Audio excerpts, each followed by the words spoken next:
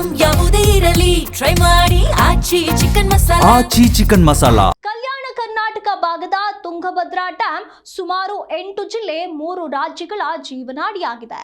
ಇಂತಹ ಡ್ಯಾಂನ 19ನೇ ಗೇಟ್ ಕೊಚ್ಚಿ ಹೋಗಿ ನದಿ ಪಾತ್ರದ ಜನರ ನಿದ್ದೆಗೆಡಿಸಿತ್ತು. ಆ ನಂತರ ಡ್ಯಾಂ ಗೇಟ್ ಬದಲಾವಣೆ ಕಾಮಗಾರಿಯನ್ನ ಕೈಗೊಳ್ಳಲಾಗಿತ್ತು. ತುಂಗಭದ್ರಾ ಡ್ಯಾಂ ನೂತನ ಗೇಟ್ ಅಳವಡಿಕೆ ಕಾಮಗಾರಿ ಮುಕ್ತಾಯದ ಹಂತ ತಲುಪಿದ್ದು, ಇದೀಗ ಡ್ಯಾಂಗೆ ಭೇಟಿ ನೀಡಿದ ಉಪಮುಖ್ಯಮಂತ್ರಿ ಡಿಕೆ ಶಿವಕುಮಾರ್ ಕಾಮಗಾರಿಯನ್ನ ಪರಿಶೀಲನೆ ಮಾಡಿದ್ರು.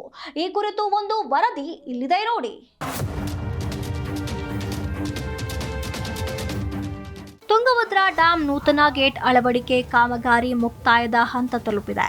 ಈಗಾಗಲೇ ಡ್ಯಾಂನ 33 ಗೇಟ್ಗಳಿಗೆ ಹೊಸ ಗೇಟ್ ಅಳವಡಿಸಿದ್ದು, on and of trial run ಸಹ ಮಾಡಲಾಗಿದೆ.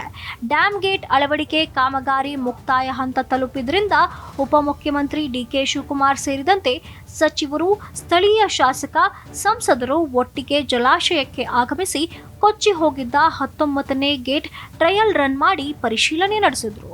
ಹಾಗೆ ಉಳಿದ ಕಾಮಗಾರಿ ಬಗ್ಗೆಯೂ ಮಾಹಿತಿ ಪಡೆದ್ರು. 33 ಗೇಟ್ ಅನ್ನು ಅಳವಡಿಸಿದ್ದು ಇಡೀ ದೇಶಕ್ಕೆ ಒಂದು ದೊಡ್ಡ ಸವಾಲು ಮತ್ತು ಒಂದು ಮಾದರಿ. ಇಡೀ ದೇಶ ಇದನ್ನು ನೋಡ್ತಾ ಇತ್ತು, ಏನಾಗ್ತದೆ ಅಂತೇಳಿ. ಅವತ್ತು ಇದನ್ನು 19ನೇ ಗೇಟ್ ಹೋದಾಗ ಮಧ್ಯರಾತ್ರಿ ನನಗೆ ನಮ್ಮ ಅಧಿಕಾರಿಗಳು, ನಮ್ಮ ಶಿವರಾಜ್ ಚಂಗಡಿಯವರು ನನಗೆ ಫೋನ್ ಮಾಡಿದಾಗ ಡ್ಯಾಮ್ ಅಳ್ಳಾಡ್ತಾ ಇದೆ ಅಂತ ಹೇಳ್ತಾ ಇದ್ರು. ಅದಕ್ಕೆ ಓಡ್ ಬಂದೆ ನಾನು ಬೆಳಗ್ಗೆನೆ.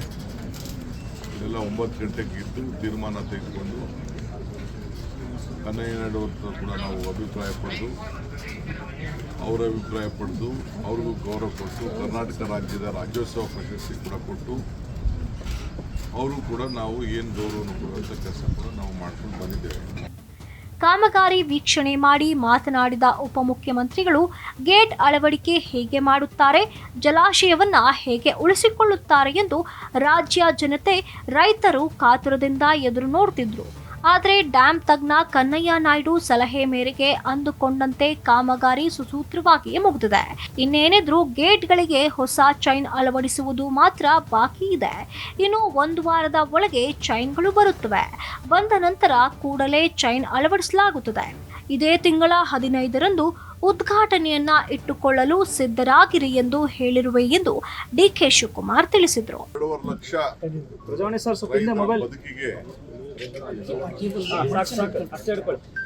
ಏನು ಕೆಲವರೆಲ್ಲ ಆಸೆ ಬಿಟ್ಟರು, ಕೆಲವರೆಲ್ಲ ಟೀಕೆ ಮಾಡ್ತಿದ್ರು, ಅದಕ್ಕೆಲ್ಲ ಉತ್ತರವನ್ನ ನಾವು ತೆಗೆದುಕೊಂಡಂತ ತೀರ್ಮಾನಕ್ಕೆ ಫಲ ಕೊಡೋ ರೀತಿಯಲ್ಲಿ ಮಾಡಿದ್ದಾರೆ. ಇವತ್ತು ನಾನು ಯಾವ ಸ್ಟೇಜಲ್ಲಿ ಇದೆ ಅಂತ ನೋಡ್ಲಿಕ್ಕೆ ಬಂದಿದ್ದೇನೆ. ಎಲ್ಲ ಗೇಟ್ಗಳು ಕೂಡ 33 ಗೇಟ್ಗಳು ಕೂಡ ಈಗಾಗಲೇ ಕಂಪ್ಲೀಟ್ ಆಗಿದೆ. ಇನ್ನು ಸ್ವಲ್ಪ ಕೆಲಸ ಉಳ್ಕೊಂಡಿದೆ. ಮೇ 15ನೇ ತಾರೀಕು ಇದನ್ನ ಉದ್ಘಾಟನೆ ಮಾಡ್ಲಿಕ್ಕೆ ಸಾಧ್ಯನಾ ಅನ್ನೋದನ್ನು ಈಗಾಗಲೇ ನಾವು ಸಿದ್ಧತೆ ಮಾಡ್ಕೋಬೇಕು ಅಂತ ಹೇಳಿದ್ದೇವೆ. 7ನೇ ತಾರೀಕಷ್ಟೊತ್ತಿಗೆ ಇನ್ನಿರುವಂತ ಒಂದು ಕೆಲವು ಸಣ್ಣ ಕೆಲಸಗಳನ್ನ